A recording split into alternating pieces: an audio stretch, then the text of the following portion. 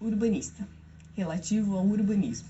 Urbanismo, relativo a um conjunto de questões relacionadas à arte de edificar uma cidade. O falecimento de Jaime Lerner despertou-me uma vontade de rememorar a sua história. Ao passo que lia sobre um arquiteto e urbanista consagrado pela sua atuação e importância na arte de modelar cidades, eu me deparava também com questões ainda recorrentes em volta do fazer urbanismo. A primeira delas questionava qual seria a porcentagem da população que conhece o papel de um urbanista e qual seria a importância disso. Bem, tal reflexão acaba sendo importante, pois, à medida que conhecemos os meios, as políticas e os profissionais capacitados para lidar com a complexidade urbana, também possuímos mais propriedade de considerar e exigir a sua atuação nas sedes municipais. Se você conhece no Brasil um arquiteto, então conhece também um urbanista. Isso acontece pois a nossa formação originária é arquitetura e urbanismo. E a essência de todo arquiteto é o planejamento. E o nosso diferencial são as múltiplas escalas. Somos educados a pensar as inúmeras possibilidades de um projeto, prever erros, trabalhar a sua funcionalidade e estética, inseriram em um contexto que geralmente é urbano. Observe que o princípio de pensar moradias e serviços não é muito distante de planejar cidades. O que muda é a escala e a quantidade de indivíduos envolvidos, portanto, a sua complexidade. Em resumo, o urbanista é o profissional que estuda e planeja cidades, e ele geralmente se vincula às prefeituras, considerando que o espaço urbano é democrático, ou ao menos deveria, e os meios políticos são um dos mais viáveis para considerar alterações na malha urbana. Podemos dizer que quem estuda cidades desenvolve um foco integrado sobre as múltiplas facetas do espaço urbano, como moradia, lazer, mobilidade, segurança, dentre outras. E possuímos uma boa noção das causas e efeitos das políticas sobre o meio, e com isso, uma apurada capacidade em poder sugerir melhorias. Mas, talvez, você deva estar se perguntando: como é possível planejar uma cidade? Bem, considero que, além da escala e do número de envolvidos, a maior dificuldade se encontra no dinamismo que constitui o lugar cidade. Não conseguimos desenvolver um planejamento de cidade que tenha início, meio e fim, como uma casa, pois a cidade é um organismo vivo, ou seja, ela se desenvolve sozinha. No entanto, é muito válido salientar que a palavra desenvolvimento nem sempre está vinculada ao bom desenvolvimento. E não planejar cidade é o mesmo que não educar uma criança. Ambos irão crescer, mas de forma não tão adequada assim. Concorda? No entanto, acredito que você ainda esteja com uma dúvida quanto à questão de como é possível planejar uma cidade, não é mesmo? Quais seriam os meios? Bem, considero que a principal resposta para isso seja políticas públicas. O Brasil possui instrumentos como o Estatuto da Cidade, que define a exigência de planos diretores, um grande projeto democrático, uma espécie de manual da cidade, que deve contar com a ajuda de especialistas e, inclusive, da população. para a sua elaboração e que acaba definindo para onde e como a cidade deve crescer. Dimensões das ruas e calçadas, previsão e localização de equipamentos urbanos, que seriam os postos de saúde, as áreas de lazer, cultura, educação, segurança e etc., índices construtivos e os recuos obrigatórios são algumas das definições que norteiam o crescimento das cidades, que, quando bem planejadas, evitam problemas futuros. O maior inconveniente é que, no Brasil, parece-me haver uma falta de consciência coletiva, ou seja, compreendemos o espaço urbano público, no caso, como de ninguém ao invés de nosso. E tal associação tem implicância direta na forma como nos relacionamos com ele. E além do mais, cuidamos dele. Ademais, outro problema recorrente é a falta de cultura de planejamento, que em muitos dos casos estamos tão focados em resolver problemas urgentes e emergentes que esquecemos de olhar e destinar um tempo para um todo maior, que teria alterações significativas na qualidade de vida da população.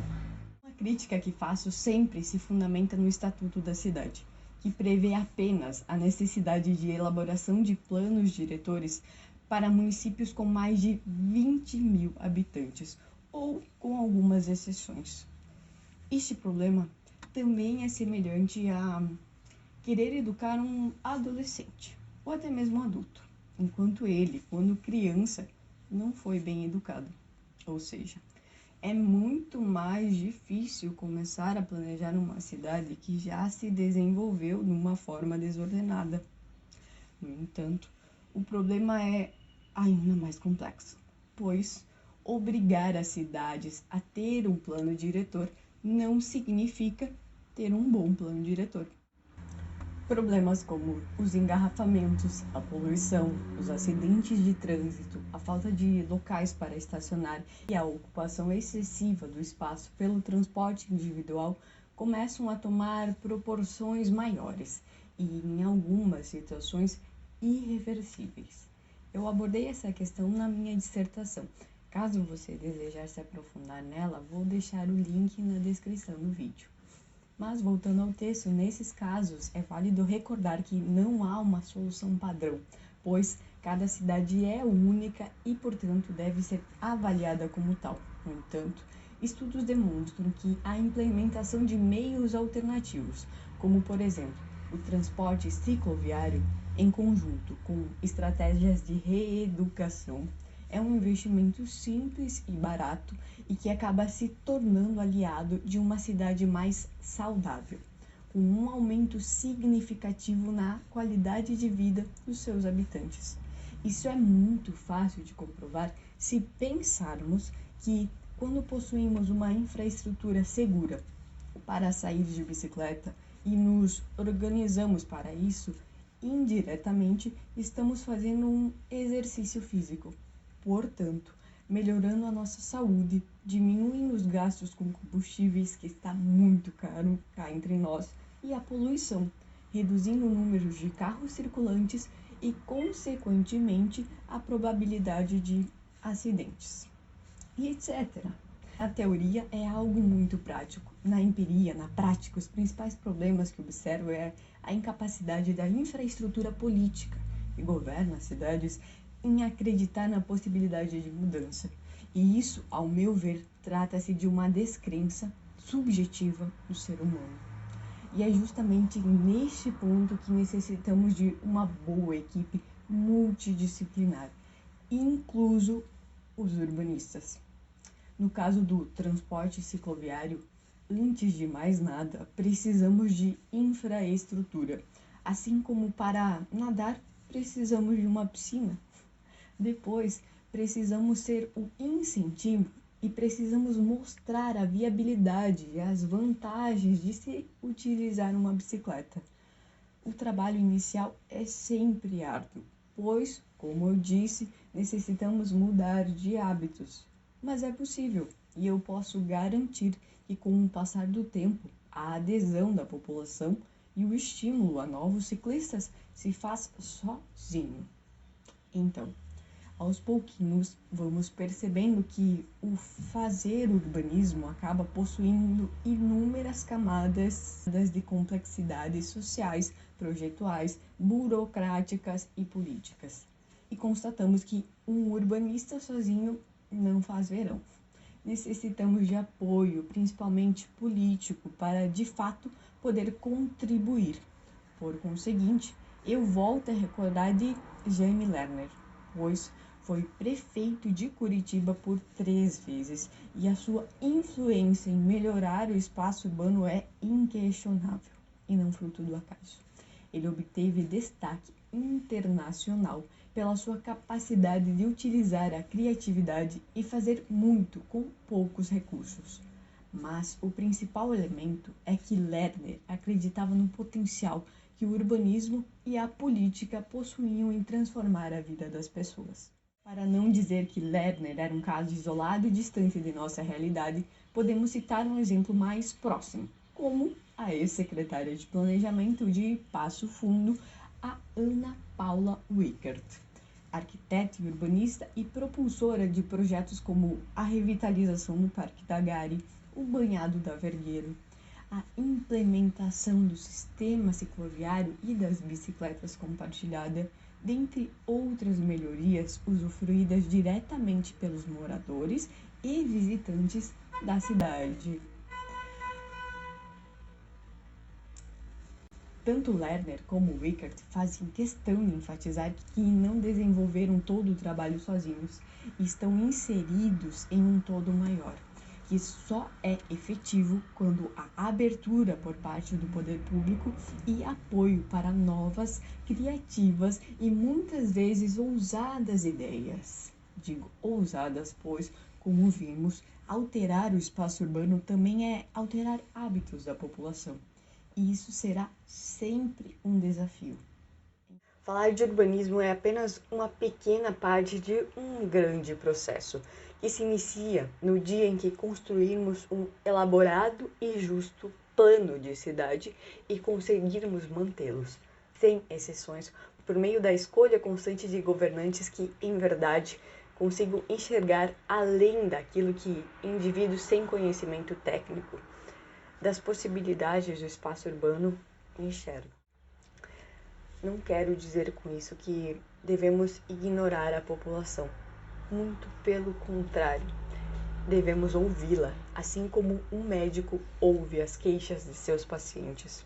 Mas precisamos lembrar que quem prescreve a receita do que é bom para a cidade deve ser o urbanista e não o paciente. Por fim, desejo recordar uma citação que visa lembrar quais deveriam ser as nossas prioridades em matéria de espaço urbano.